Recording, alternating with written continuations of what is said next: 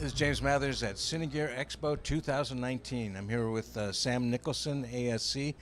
Sam is a very renowned cinematographer and visual effects expert. I might even say he's the king of green screen, because you've been perfecting that in major motion pictures and television for years. But now you've got something that goes beyond green screen. Tell us about that. Well, nice to be here, Jim. Thanks for inviting me.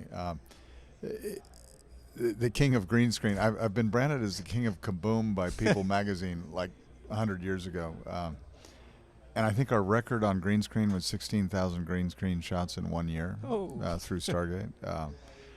However, that's the name of your company, Stargate. Stargate. We've got a global network set up now with Malta and Beijing and a lot of different groups doing fantastic green screen work, by the way, fantastic visual effects. But we've got a new process we're calling ThruView, which is utilizing projection, LEDs, OLEDs, display, real-time display, pushing it through an Unreal game engine with pretty sophisticated camera tracking, sixed-off camera tracking, so that the screens know where the camera is and the camera knows where the screen is. And then you have a handshake that as the screen moves, or as the camera moves, the screen updates and changes. So you can push this scene here, instead of being 3 feet behind us, it can be pushed out to infinity. So it could literally be 3 feet, but it appears as if it's tricks infinite. the camera into thinking it's infinity. And of course it's then real time. And if we surround with LED walls and critically pixel track lighting, so we're using DMX RGB W and as the sun moves, you're in a plane, you're in a train, you're in an automobile, which is great for all this. I can honestly say now that I would not recommend shooting green screen or blue screen in any contained space with a lot of reflections, because we can make it look better, it's faster, and it's cheaper. So it's the good, fast, cheap triangle solved in an elegant fashion, and it puts the power back into live action cinematography as opposed to pushing it off into post, which increasingly, everybody puts up a green rag and goes to craft service, and says, let the visual effects guys will worry about it. It's like, no. Now the caveat is you have to be prepared. So you have to fix it in prep as opposed to fixing it in post. You have to know where the car is driving, or where the plane is flying, or where the train is going. So you shoot those background plates in advance? Oh, yeah. So it's a combination of background plates, multi-camera, we just did a series run for HBO, which is going to series in the fall, the pilot. But we took a 350-shot green screen show and turned it into 2 shots. Wow. Where we just wanted to put some foreground reflections on. So this is not necessarily a complete 100% replacement for green screen or blue chroma, but I believe that we're going to look back in a few years and say, God, do you remember when we used to... Why did I ever do that? Remember when we used to use chroma matting? We didn't even have depth matting. Where's Z-depth? Z-depth is coming, light field and all that kind of stuff. But this is an elegant mid-step where you can see it in camera, the actors can see it, the director can direct all the material that you shoot, no matter what you're lighting, shooting. Right? Because interactive you're light, getting bounce back 100%, off of that's realistic to the background. It looks more real.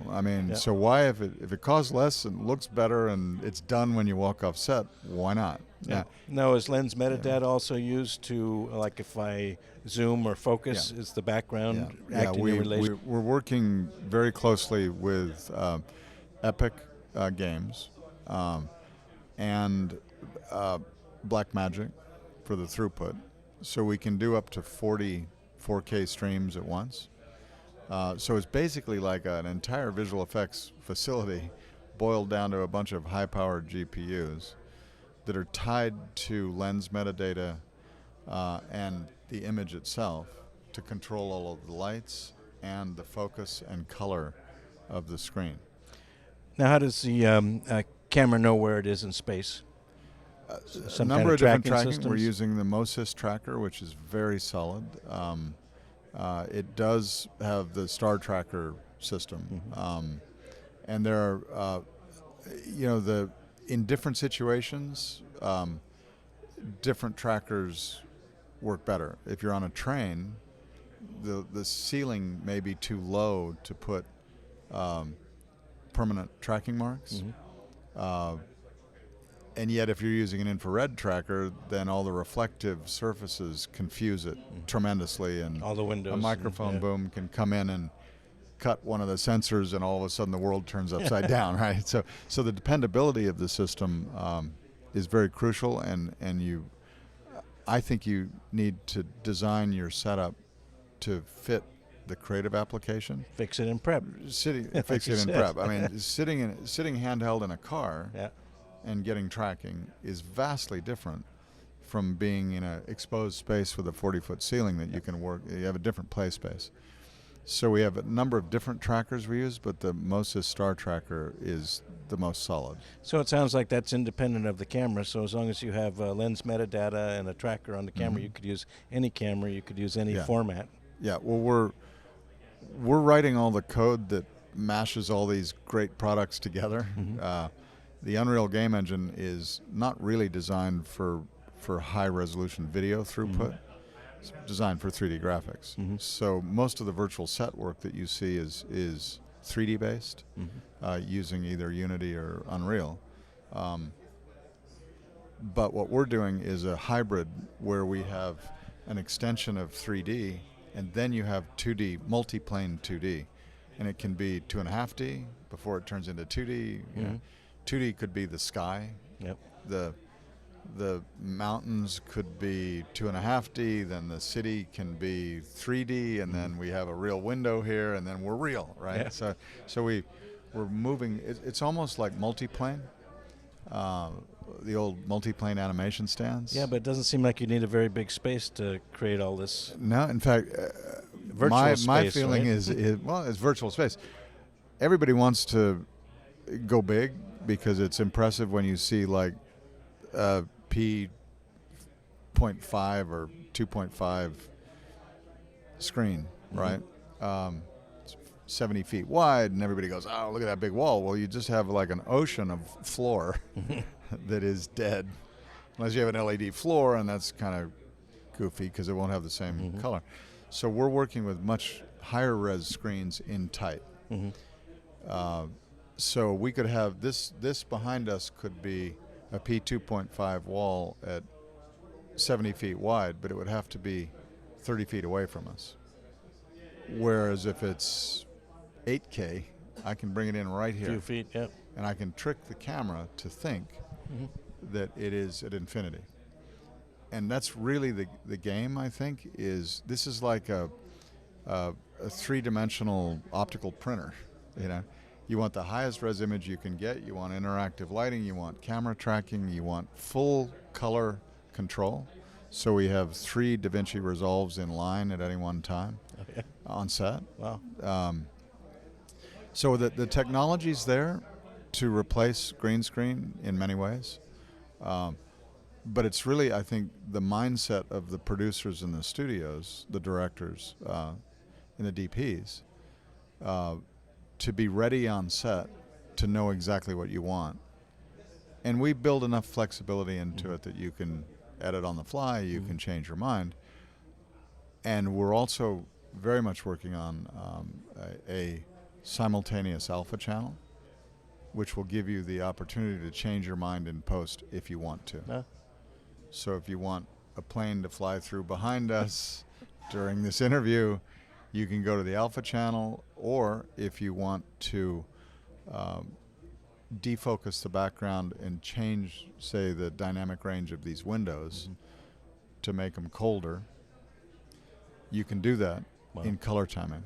And you have an alpha channel for every single frame. So you're shooting green screen and a composite at the same time. So a typical setup in a small room, small space, like an insert stage, it sounds like would handle it. Do you normally put the talent on a turntable, or do you move the camera more, or?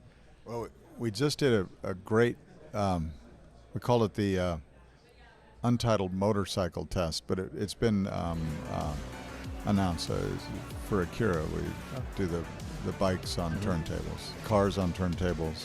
So we put cars on turntables, bikes on turntables, cockpit bucks on turntables. Then you can do a 360 around a motorcycle as it's traveling through Wow. Tokyo in real time. It's pretty Fantastic cool. It's very movement. empowering. I mean, and you shoot multi-cameras. So we were shooting at that point anamorphic 8K, and in one 4-hour session on set, we came out with 2 cameras with 4 hours of usable material, Wow. finished in 8K. That's got to be a tremendous It's savings. it is a game changer. And nobody got killed in a motorcycle it accident. looks great. You get your actors on there; they feel really good. And they can see what they're doing. Yeah. So, and we put encoders on the bikes and things so that when you lean a bike, it actually turns to the right. In the background, turns to the right. So you can like swerve. It's like real-time augmented reality on a photoreal basis, and that is reachable right now. But I think the primary thing is the mindset change. The studio has to be on board first, because if the studio doesn't get behind it, they're never going to take what has been post-production monies and put them up front. Yeah. So it's a business shift and a conceptual shift. But if you do it, it's very empowering. And we're really excited about it, and we're really excited to work with really forward-thinking studios like HBO and Warner Brothers, and forward-thinking directors like Taika, and DPs. The ASC is obviously very much behind this. Keith Van Ostrom case has been great, and everybody that you drop them into this world, it's a real-time feedback loop as compared to shooting green screen, which for me is like, trying to learn how to play an instrument and not hearing the music for 2 weeks. You go, oh, I didn't like that note. Well, go back 2 weeks. Green screen is a very slow creative feedback loop, where real-time, all of a sudden you say, well, what if we make it rain out here? Okay, get a spritzer and start it rain. Oh, that looks cool, and put a little more backlight. You do stuff, you take risks in real time that you would never take. So everybody's really conservative in kind of this green straitjacket. But the minute you can see it, now all of a sudden you start taking chances, and the creative bar goes way up, and you have more fun with it. It makes visual effects fun again, right? And if I never see another green screen, I'll be a happy guy. Well, green and blue is. I mean, eventually we're going to have light field arrays and Z-depth matting. Yep. The cameras will understand where we are in 3-dimensional space, and you'll say, "Oh, give me a mat at 7.5 feet from that lens," and you'll just, we're doing it in 3D right now. I mean, Z-depth matting in 3D is beautiful. You can just dial like a sheet of paper. You can just push it right back and go stop right behind these chairs. We're going to get there. And at that point, we will look back on green and blue screen and go, God, can you remember when we used to just have to suck all the green out to like pull a key?